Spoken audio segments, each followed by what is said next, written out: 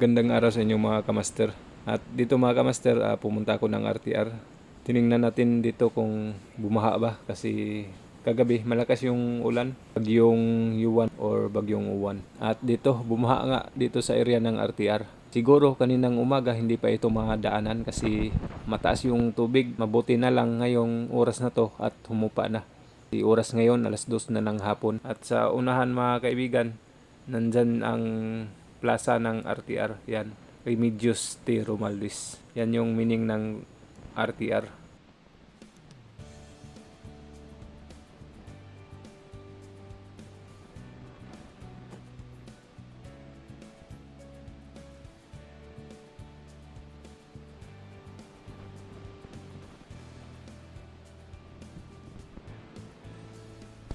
At dito sa kanton na ito mga kaibigan, dito tayo yung liliko papuntang paaralan. Dito na kanto mga kaibigan, nandito ang paaralan ng elementary at sinubukan nating pumasok dito pero may tao sa unahan. Suminyas na wag daw akong dumiritso doon kasi mataas yung tubig, hindi kayanin daw ng motor. Kaya ang ginawa natin, bumalik na lang tayo doon sa ating dinaanan.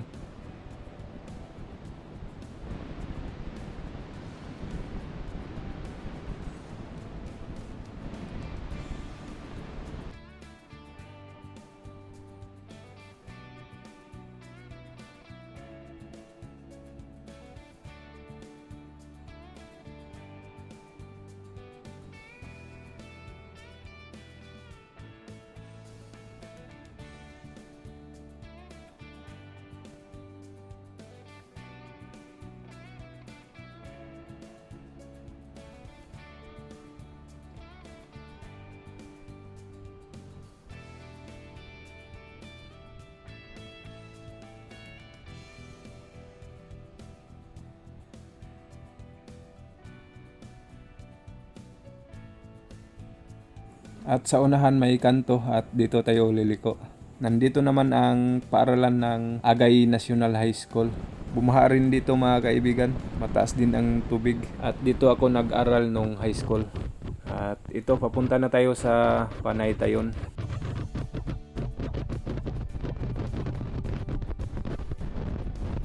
Grabe dito, lubog ang kabahayan sa baha mga kaibigan. At sa unahan, madaanan naman natin ang sementeryo ng RTR.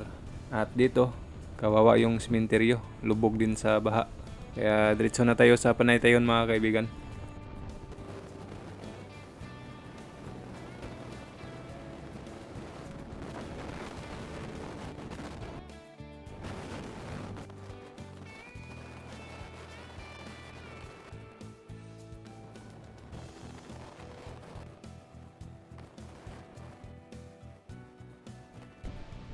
At dito, mataas na yung tubig dito sa kalsada.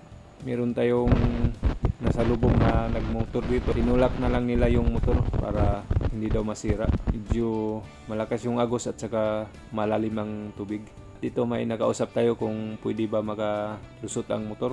Tinanong ko kung hanggang saan. Sabi niya hanggang tuhod daw yung tubig. Kaya siguro kaya nito mga kaibigan kasi medyo mataas naman yung motor natin.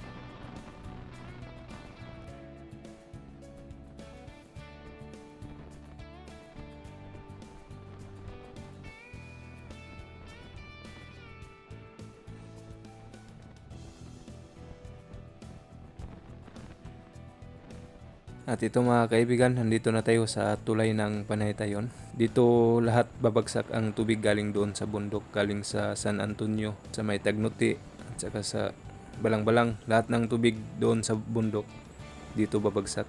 Ang mahirap lang dito mga kaibigan, pag malakas na yung ulan, marami ng tubig, hindi na mag-exit kasi dagat na ang lusutan dito. Ang dagat dito, papasok na dito mga kaibigan, kaya pag umulan ng medyo malakas at saka matagal, lubog talaga sa baha.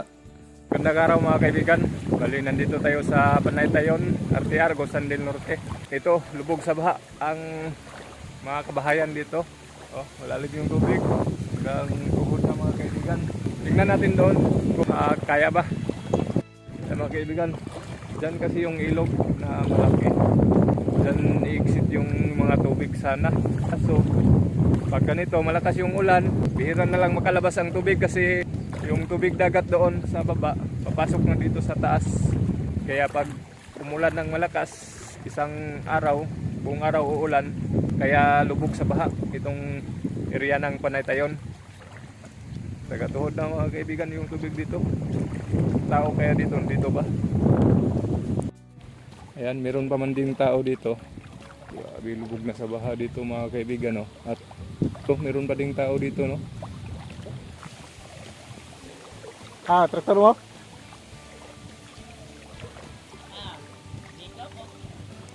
Hunikop.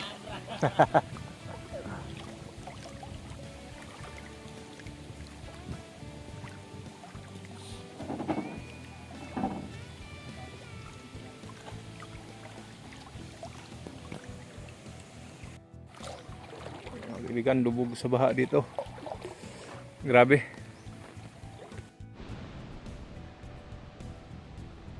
Yung iti ko nasa taas na ng bubong.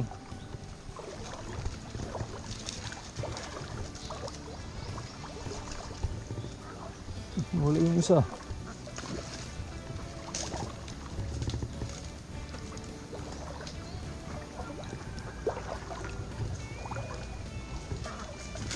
Kurak.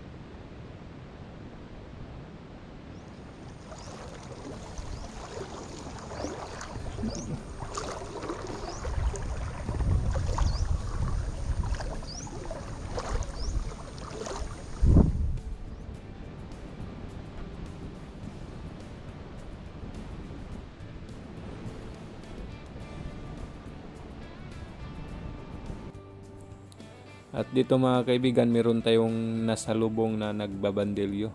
Pinalilikas yung mga tao dito kasi hindi pa raw naglandfall yung bagyo, bumaha na. Kaya inabisuhan sila na maghanda at para makarga yung mga gamit nila kung ano man ang mga dadalhin. Kasi meron daw kukuha sa kanila pag magbabakwit.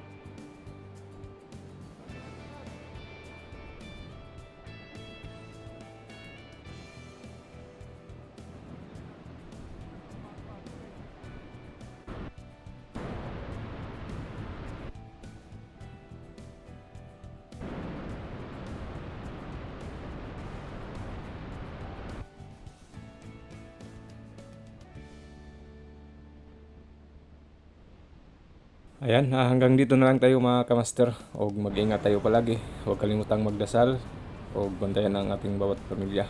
O salamat sa inyo sa pagsubaybay. Kita-kits sa susunod na ating mga update. Bye-bye.